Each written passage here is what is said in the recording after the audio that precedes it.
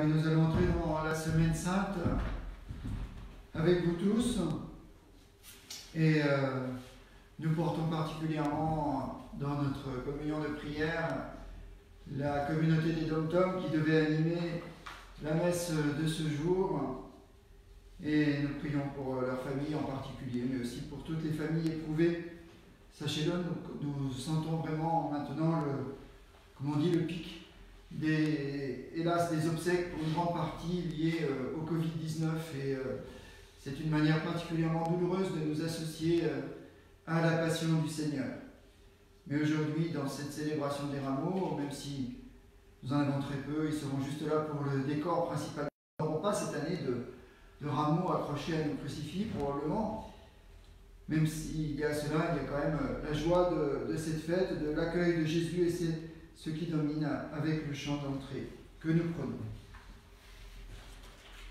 Venez, chantons notre Dieu, lui le roi des cieux. Il est venu pour sauver l'humanité et nous donner la vie. Exulte pour ton roi, Jérusalem, danse de joie. Il est venu pour nous sauver du péché, exulte Jérusalem, danse de joie. Puis par sa mort, tous nous sommes libérés, exulte Jérusalem, danse de joie. Joie. Nous rassemblons au nom du Père et du Fils et du Saint-Esprit. Amen. La grâce de Jésus notre Seigneur, l'amour de Dieu le Père et la communion de l'Esprit Saint soient toujours avec vous. Et avec votre esprit. Chers frères et sœurs, en ce dimanche des Rameaux, nous sommes invités à entrer dans cette Semaine Sainte pour vivre la joie d'abord avec le Christ. Dieu éternel et tout-puissant, pour montrer au genre humain quel abaissement il doit imiter, tu as voulu que notre Sauveur, dans un corps semblable au nôtre, subisse la mort de la croix. Accorde-nous cette grâce de retenir les enseignements de sa passion et d'avoir part à sa résurrection. Lui qui vit et règne avec toi et le Saint-Esprit, maintenant et pour les siècles des siècles.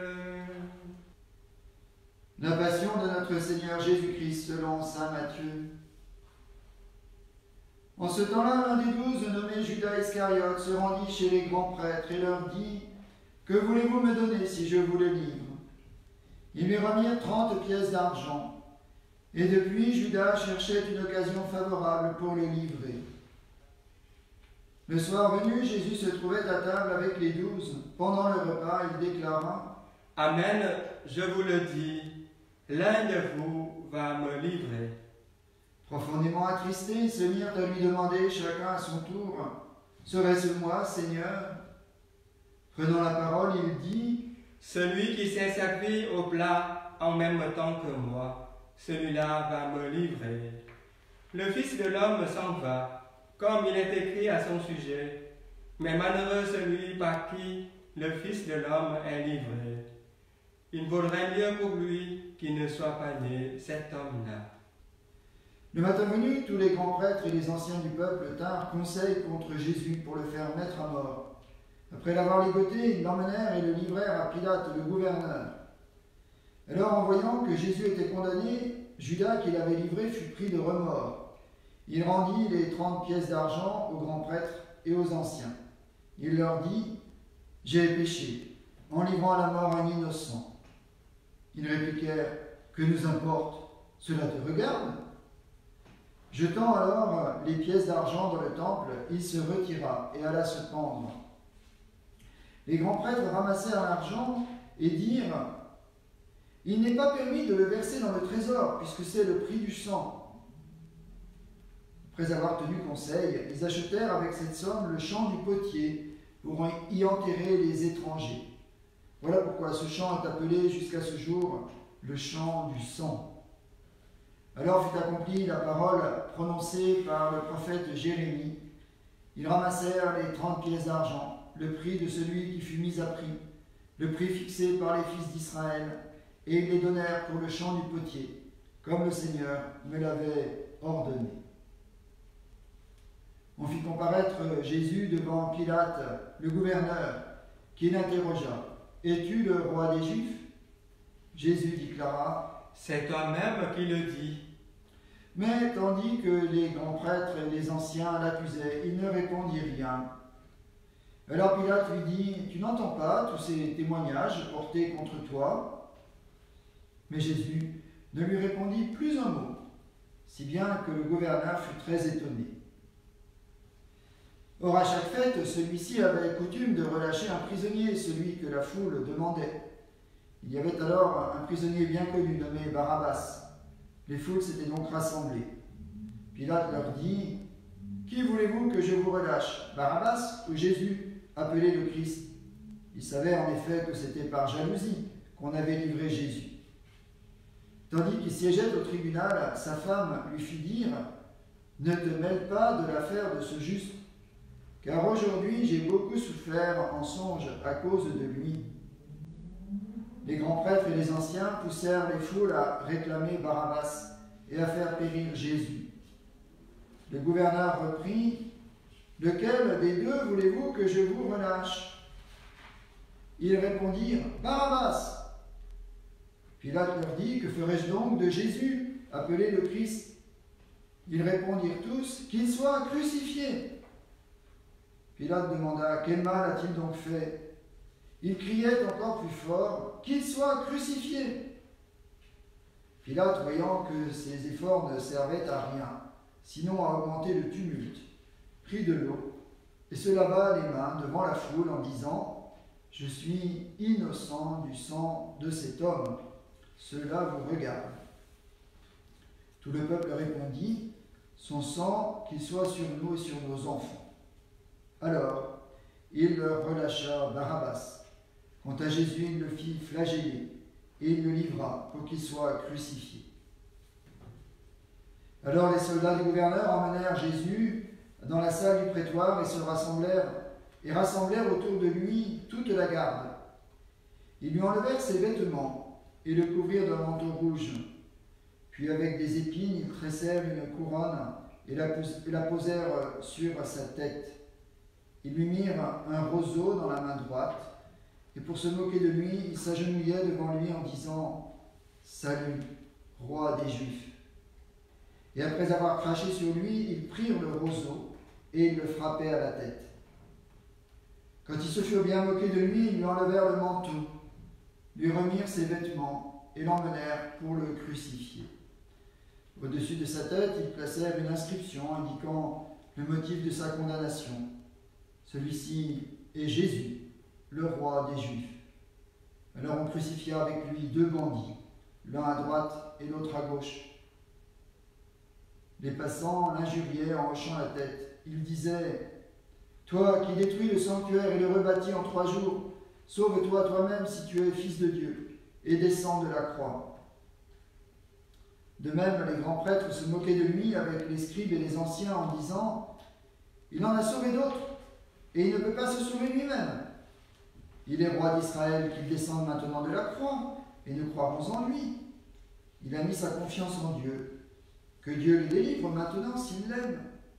Car il a dit, je suis fils de Dieu. » Les bandits crucifiés avec lui l'insultaient de la même manière.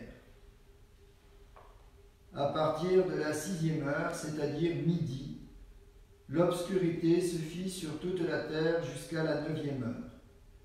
Vers la 9e heure, Jésus cria d'une voix forte « Élie, Élie, lema sabachthani » ce qui veut dire « Mon Dieu, pourquoi m'as-tu abandonné ?»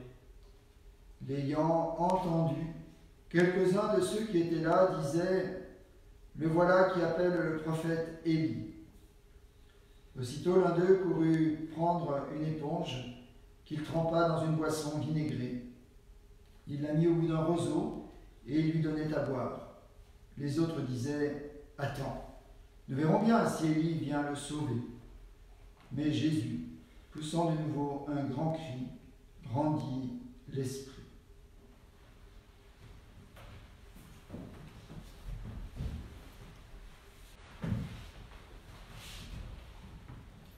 Et voici que le rideau du sanctuaire se déchira en deux depuis le haut jusqu'en bas.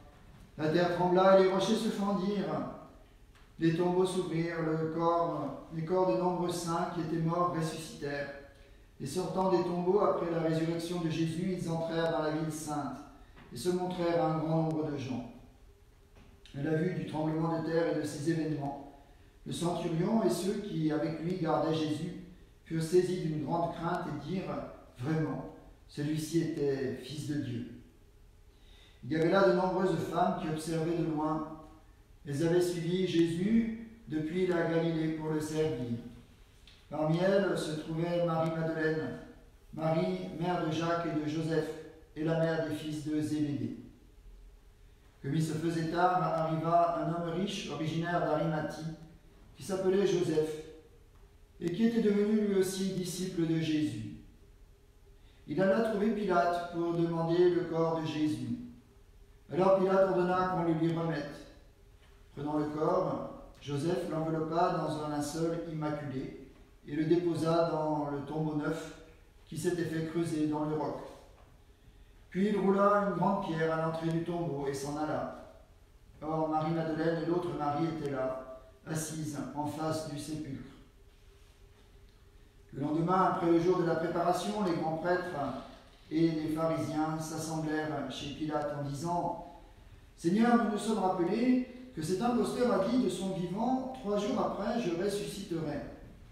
Alors donne l'ordre que le sépulcre soit surveillé jusqu'au 3e jour, de peur que les disciples ne viennent voler le corps et ne disent au peuple, il est ressuscité d'entre les morts. Cette dernière imposture serait pire que la première. Pilate leur déclara, vous avez une garde, allez, organisez la surveillance comme vous l'entendez. Ils partirent donc et assurèrent la surveillance du sépulcre en mettant les scellés sur la pierre et en y plaçant la garde. Acclamons la parole de Dieu. Louange à toi, Seigneur Jésus. Frères et sœurs, avec ce temps obligé d'être confinés, nous pouvons aussi nous réfugier en la parole de Dieu. Et surtout cette semaine sainte, c'est la semaine plus importante pour nous, les chrétiens, les catholiques, les croyants. C'est la semaine où nous pouvons vivre, montrer pleinement en tant que chrétiens, fidèles au Christ. Nous ne pouvons pas célébrer à l'église. Nous pouvons aussi toujours bénir le Seigneur, bénir le nom de celui qui vient au nom du Seigneur. Nous pouvons aussi avoir un point de prière chez nous avec ce rameau que nous mettrons en bonne place pour nous rappeler à cette prière, que ce rameau soit le signe de notre engagement auprès du Seigneur depuis le jour de notre baptême. Et tout au long de cette semaine sainte, nous sommes invités à plonger avec lui dans la prière. Ce même Christ qu'avait annoncé par les prophètes, bien sûr, au moment où il est écrit, Isaïe ne pensait pas au Christ, mais ce texte parle bien de ce serviteur souffrant, serviteur qui donne sa vie par amour. Le même Jésus qui nous rejoint au cœur de nos vies. Il se présente à nous comme le seul qui peut nous délivrer de tous nos esclavages. Lui seul peut nous rendre acteurs d'une vie plus humaine, plus solidaire. Par la passion acceptée librement, Jésus vient briser le dynamisme de la mort qui est en l'homme, le dynamisme du péché. Péché qui conduit les scribes et les pharisiens à la haine. Le péché qui conduit Pilate et la foule à la peur. Péché qui conduit les disciples au sommeil et à la fuite. Conduit Pierre au reniement. Face à ce déferlement de péché, face à cette spirale de violence, Jésus reste celui qui aime et qui aimera jusqu'au bout. Il reste celui qui pose sur l'homme, même du haut de la croix, un regard d'amour. Sur chaque homme, sur tout homme, Jésus pose un regard d'amour. Un regard qui invite à vivre de l'amour et vivre par amour. Son visage n'est pas celui d'un homme puissant et fort, c'est celui d'un homme doux et humble de cœur. Quelques jours plus tard, ce sera celui d'un crucifié. La seule couronne qui sera posée sur la tête de ce roi sera une couronne d'épines. Aux yeux du plus grand nombre, sa mort sera considérée comme une défaite. En réalité, ce sera une victoire. La victoire de l'amour sur le péché, victoire de la vie sur la mort, que nous pouvons méditer à la veillée pascale avec une tête. Le prophète Isaïe et saint Paul nous présentent Jésus comme le serviteur qui se laisse instruire, qui se laisse éduquer. Lui qui est la parole de Dieu, faite chair, a accepté de se taire. Il n'a pas résisté aux cris de ses ennemis. Lui, le Fils de Dieu, ne s'est pas dérobé aux outrages qui lui étaient destinés comme un esclave. L'humiliation de la passion l'a rendu plus proche de tous les malheureux qui n'en peuvent plus. Nous pensons bien sûr à ce temps de pandémie, de coronavirus.